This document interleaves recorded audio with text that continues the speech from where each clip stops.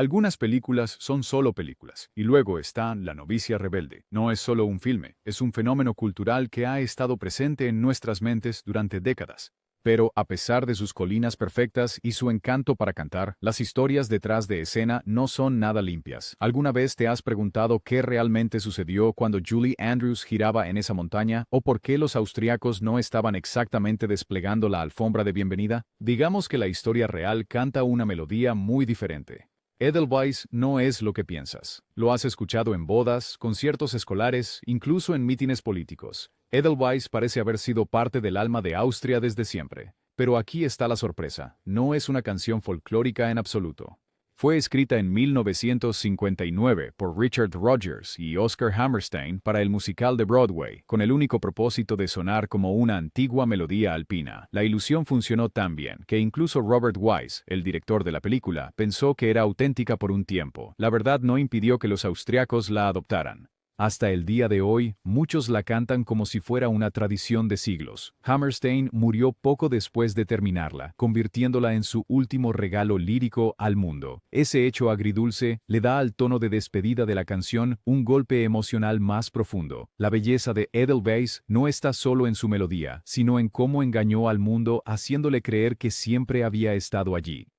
Hollywood no solo tomó prestada la cultura aquí, la creó desde cero y de alguna manera se la devolvió al país del que pretendía venir. Eso no es solo buena composición, es un truco cultural en su máxima expresión. La verdadera María hace un cameo. La mayoría de las películas biográficas no logran incluir a su sujeto real directamente en la acción, pero La novicia rebelde lo hizo. La verdadera Maria von Trapp aparece en un momento fugaz durante la escena de I Have Confidence. Vestida con un abrigo y sombrero, pasa junto a Julie Andrews mientras empuja a una de sus hijas, Rosemary, en un cochecito. No hay una gran presentación ni una pausa, solo un momento casual que es tanto surrealista como extrañamente íntimo. Para María, debió haber sido una experiencia extraña, caminar por la versión de Hollywood de su propia vida mientras una actriz interpretaba a su doble más pulida y más musical. Para los espectadores que la detectan, es un encantador huevo de Pascua, un apretón de manos silencioso entre la mujer real y su contraparte cinematográfica. También es un recordatorio de que detrás de toda la música envolvente y el paisaje perfecto, esta era una historia arraigada en la realidad. Aunque la película se tomó libertades con los hechos, ese breve cameo le da a María la última palabra. Ella está aquí, lo vivió, y está sonriendo al respecto, incluso si Hollywood reescribió algunos capítulos en el camino. El derribo del helicóptero. Esa toma inicial de María girando alegremente en la cima de una montaña, hermosa, icónica, completamente miserable de filmar. El equipo usó un helicóptero para capturar la toma aérea panorámica, acercándose para un efecto dramático. ¿El problema?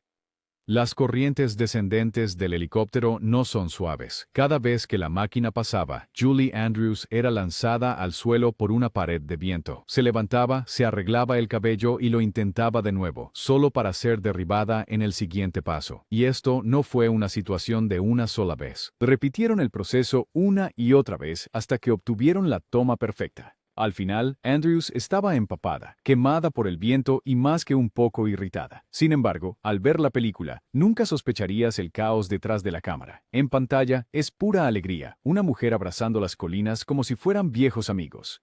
Fuera de cámara, fue una batalla con la naturaleza, la maquinaria y la pura persistencia. Eso es lo que tiene la magia del cine. A veces, los momentos más serenos nacen de una locura absoluta, y en este caso, las colinas estaban vivas, pero también intentaban soplar a la estrella directamente hacia Baviera, el plan de escape de la Guerra Fría. Parece sátira, pero es cierto. La novicia rebelde fue parte de la estrategia oficial de moral de Gran Bretaña durante la Guerra Fría. En caso de un ataque nuclear, la BBC tenía una lista de programas, discursos y música preparados para mantener el ánimo mientras el mundo enfrentaba un desastre inimaginable. En esa lista estaba la banda sonora de la película. Sí, alguien realmente creía que un estallido de Do Re Mi o Climb Every Mountain podría ayudar al público a mantenerse tranquilo bajo nubes de hongo. No se trataba de fingir que todo estaba bien, sino de recordar a la gente la belleza y la alegría, incluso en tiempos oscuros. El hecho de que The Sound of Music estuviera en esa lista dice mucho sobre lo profundamente que se había incrustado en la cultura global. Para los planificadores británicos no era solo una película, era un salvavidas. línea de optimismo empaquetada en melodías cantables y colinas ondulantes. Décadas después, la idea todavía se siente surrealista. Las mismas canciones que hicieron que los niños saltaran por los jardines en la pantalla fueron una vez parte de una lista de reproducción del fin del mundo. Es prueba de que, aunque los gobiernos no siempre estén de acuerdo en política, pueden coincidir en una cosa. Julie Andrews hace que la gente se sienta mejor con la vida. La escena del barco que casi salió mal. En la película, la escena es puro encanto. María y los niños Von Trapp remando por el lago, volcando en el agua en un estallido de risa. Pero la realidad fue mucho menos adorable, especialmente para Kim Karat, la niña de 7 años que interpretó a Gretel. Había solo un problema. Ella no sabía nadar. El plan era simple. Cuando el bote se volcara, Julie Andrews la agarraría de inmediato. Pero, como suele suceder, Andrews cayó del lado opuesto.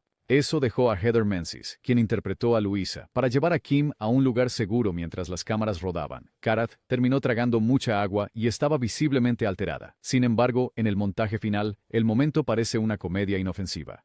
Es una de esas historias detrás de cámaras que te hace ver la escena de manera diferente. Te das cuenta de cuánto confianza y riesgo implica trabajar con niños, agua y trajes pesados. La escena funciona maravillosamente en pantalla porque nadie resultó herido, pero también es un recordatorio de que los accidentes pueden ocurrir incluso en los momentos más idílicos de una película. Las colinas pueden haber estado vivas, pero ese lago casi convirtió uno de los momentos más dulces de la película en un desastre. Luces, cámara, ruidos de frambuesa. En pantalla, la escena de Algo Bueno está bañada en una iluminación suave y energía romántica. María y el capitán confesando sus sentimientos en un cenador enmarcado por la luz de la luna. Fuera de pantalla, no tanto. Las luces del estudio seguían haciendo ruidos extraños como de frambuesa mientras se calentaban. Imagina tratar de abrir tu corazón a un compañero de reparto mientras suena como si alguien estuviera inflando un globo en el fondo. Julie Andrews y Christopher Plummer no podían mantener la seriedad, arruinando toma tras toma con estallidos de risa. Eventualmente, el equipo tuvo que ser creativo. Decidieron filmar la escena en silueta, ocultando el hecho de que los actores estaban tratando desesperadamente de no reírse. Esa elección estilística terminó haciendo la escena más romántica de lo planeado. Las figuras sombreadas contra el fondo resplandeciente le dieron una calidad atemporal. Es uno de esos raros momentos en que un problema técnico obliga a una solución creativa y la solución resulta ser mejor que el plan original.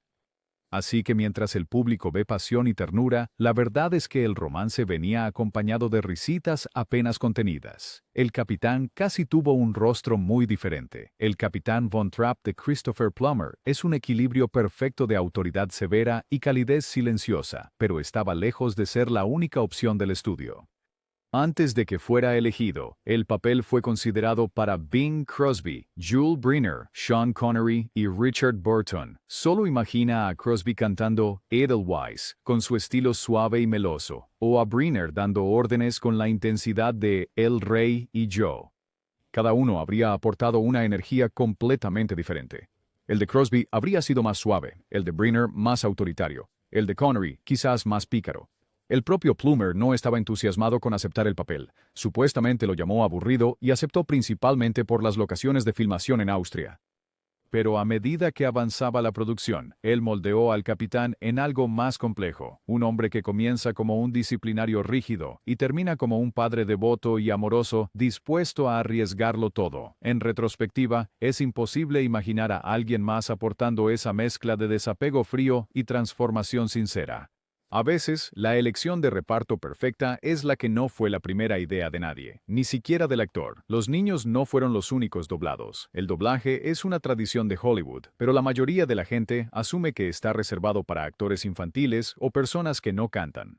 En La novicia rebelde, se extendió más de lo que podrías pensar. Los niños Von Trapp cantaron sus partes, pero sus voces se mezclaron con cantantes adultos para dar más plenitud al sonido.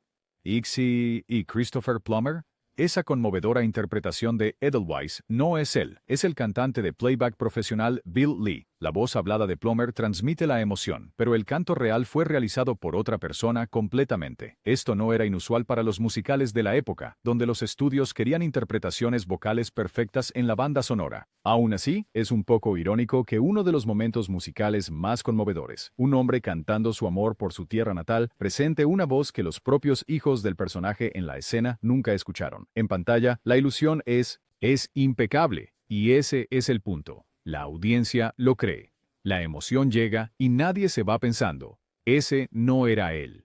La magia del cine, después de todo, se trata tanto de lo que no notas como de lo que sí. Salzburgo no estaba exactamente celebrando. Para una película que prácticamente funcionaba como un anuncio turístico de Salzburgo, los locales estaban sorprendentemente poco impresionados. Cuando La novicia rebelde se estrenó en la ciudad, solo se proyectó durante 3 días antes de desaparecer de los cines. Muchos austriacos lo desestimaron por ser demasiado sentimental e históricamente inexacto, especialmente en su representación de Austria en los años previos a los nazis. Anexión. Para ellos, se sentía como una versión de cuento de hadas americanizada de los eventos, una fantasía perfecta de postal con muy poco que ver con la realidad. Los Von Trapp eran reales, sí, pero el tono y la presentación no reflejaban las complejidades de la época.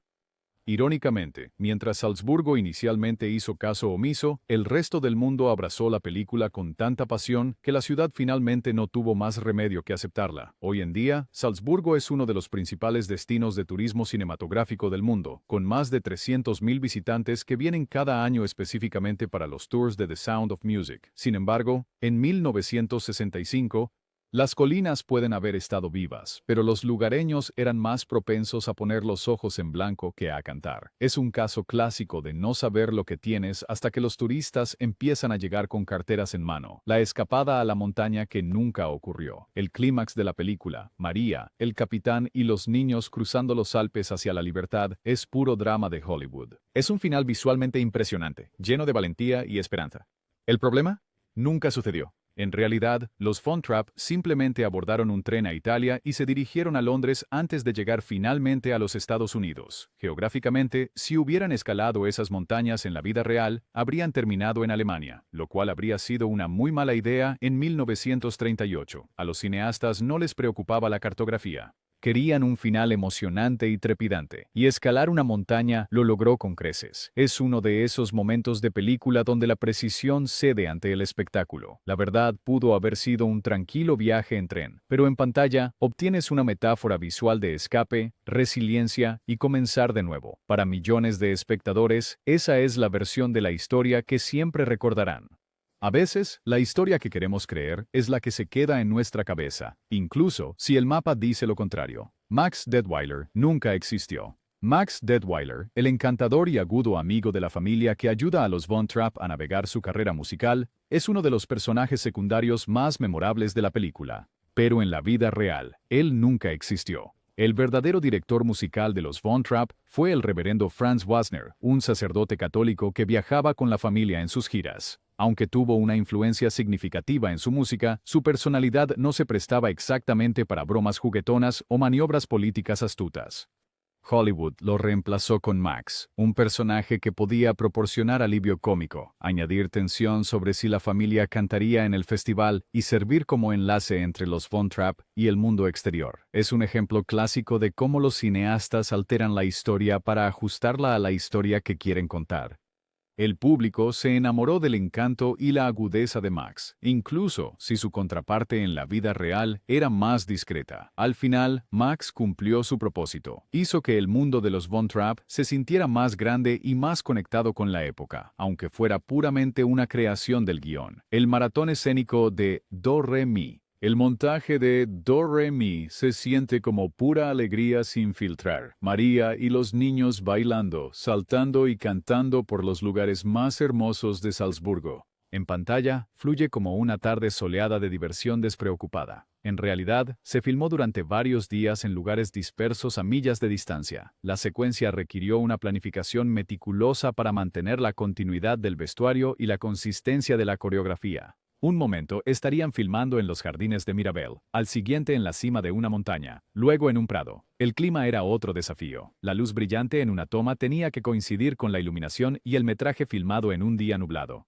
Fue un rompecabezas logístico, pero el resultado final es tan fluido que nunca sospecharías que fue ensamblado a partir de rodajes separados. El montaje también cumplió un propósito narrativo. No era solo un número musical, Era una representación visual de cómo María conquistaba a los niños y rompía las barreras en el estricto hogar del capitán. El esfuerzo detrás de la cámara valió la pena. Do Re Mi se convirtió en una de las secuencias más perdurables de la película, a menudo recreada por turistas. Turistas visitando los mismos lugares. Es un recordatorio de que la magia del cine a menudo requiere mucha más paciencia y planificación que la diversión sin esfuerzo que proyecta. Una carrera récord. La novicia rebelde no solo fue un éxito, fue un fenómeno. Cuando se estrenó en 1965, se proyectó continuamente en los cines de Estados Unidos durante asombrosos 4 años y medio. No es un error tipográfico. Más de 4 años de personas comprando entradas para ver la misma película. Esto fue antes del video casero o el streaming. Si querías ver a Julie Andrews girar en esa montaña, tenías que volver al cine. A finales de 1966, había superado a Lo que el viento se llevó para convertirse en la película más taquillera de todos los tiempos, manteniendo ese título durante años. Parte de su permanencia se debió al boca a boca. Las familias llevaban amigos, los amigos llevaban vecinos, y se convirtió en una especie de tradición anual. En algunas ciudades, los cines incluso organizaron proyecciones para cantar juntos décadas antes de que eso se convirtiera en un evento formal. El impacto cultural fue enorme, y su éxito comercial demostró que los musicales aún podían dominar la taquilla en una era en la que otros géneros estaban tomando el control. En un mundo donde la mayoría de las películas desaparecen después de unos meses, The Sound of Music estableció un estándar de oro para lo que significa perdurar realmente. Explosión del turismo en Salzburgo. Para una ciudad que inicialmente se encogió de hombros ante The Sound of Music, Salzburgo ciertamente aprendió a sacar provecho de ello. Una vez que el público internacional se enamoró de la película, el goteo de visitantes curiosos se convirtió en una inundación. Hoy en día, más de 300.000 turistas llegan cada año específicamente por la película. Los autobuses turísticos funcionan diariamente, llevando a los fanáticos a lugares de rodaje como los Jardines de Mirabel, el Palacio de Leopoldskron y el famoso Gazebo de 16 y 17. Los hoteles anuncian paquetes temáticos de The Sound of Music y las tiendas de regalos venden de todo, desde tazas de Edelweiss hasta delantales Dirndl. Para muchos visitantes, seguir los pasos de María es una experiencia de lista de deseos. La ironía: muchos lugareños de Salzburgo todavía no han visto la película de principio a fin, y algunos permanecen indiferentes a su encanto, pero no pueden negar su impacto. La película convirtió su ciudad en uno de los lugares de rodaje más famosos del mundo. Lo que comenzó como una leve molestia por una versión americanizada de su historia se convirtió en una economía turística que no muestra signos de desaceleración. Les guste o no, Salzburgo y la novicia rebelde están ahora vinculados para siempre, su asociación sellada por el constante flujo de fanáticos cantando Do Re Mi en las calles. El último hurra de Rodgers y Hammerstein, La novicia rebelde, fue más que solo otro musical exitoso. Marcó el final de una era. Richard Rodgers y Oscar Hammerstein habían sido el dúo de compositores más legendario de Broadway, creando clásicos como Oklahoma y El Rey y Yo. Pero para cuando trabajaron en The Sound of Music, Hammerstein estaba luchando contra el cáncer de estómago. Completó las letras para el espectáculo, incluyendo Edelweiss, sabiendo que su tiempo se estaba acabando. 9 meses después del estreno en Broadway, falleció. Edelweiss se convirtió en la última canción que escribió, una despedida silenciosa y agridulce, disfrazada de una tierna oda a una patria. Para el público, fue un momento conmovedor en la película. Para Rodgers, fue la pérdida de su compañero creativo y amigo más cercano. La adaptación cinematográfica inmortalizó su Canto del Cisne, convirtiéndolo en uno de los musicales más queridos de la historia. Eso le da a The Sound of Music una capa adicional de significado. No se trata solo del viaje de los Von Trapp, se trata del capítulo final de una de las mayores asociaciones del teatro musical. Cada nota y letra se siente como una despedida, haciendo que su éxito sea tanto triunfante como profundamente conmovedor. Críticas mixtas al principio. Es difícil de imaginar ahora, pero no todos quedaron encantados cuando La novicia rebelde llegó a los cines. Mientras que el público la acogió con entusiasmo, los críticos estaban más divididos. Algunos lo desestimaron por ser demasiado dulce, rozándolo empalagoso, con el New York Times llamándolo famosamente cerca de la mentira azucarada que la gente parece querer comer. Otros se quejaron de su duración, diciendo que se sentía indulgente. Pero, mientras los críticos estaban ocupados escribiendo reseñas sarcásticas, el público votaba con sus billeteras, y votaron abrumadoramente a favor. La división entre la recepción crítica y la opinión pública se convirtió en una de las historias definitorias de la película. De hecho, su enorme éxito de taquilla frente a críticas tibias ahora se considera un ejemplo clásico de cómo los críticos subestiman el poder duradero de una película optimista.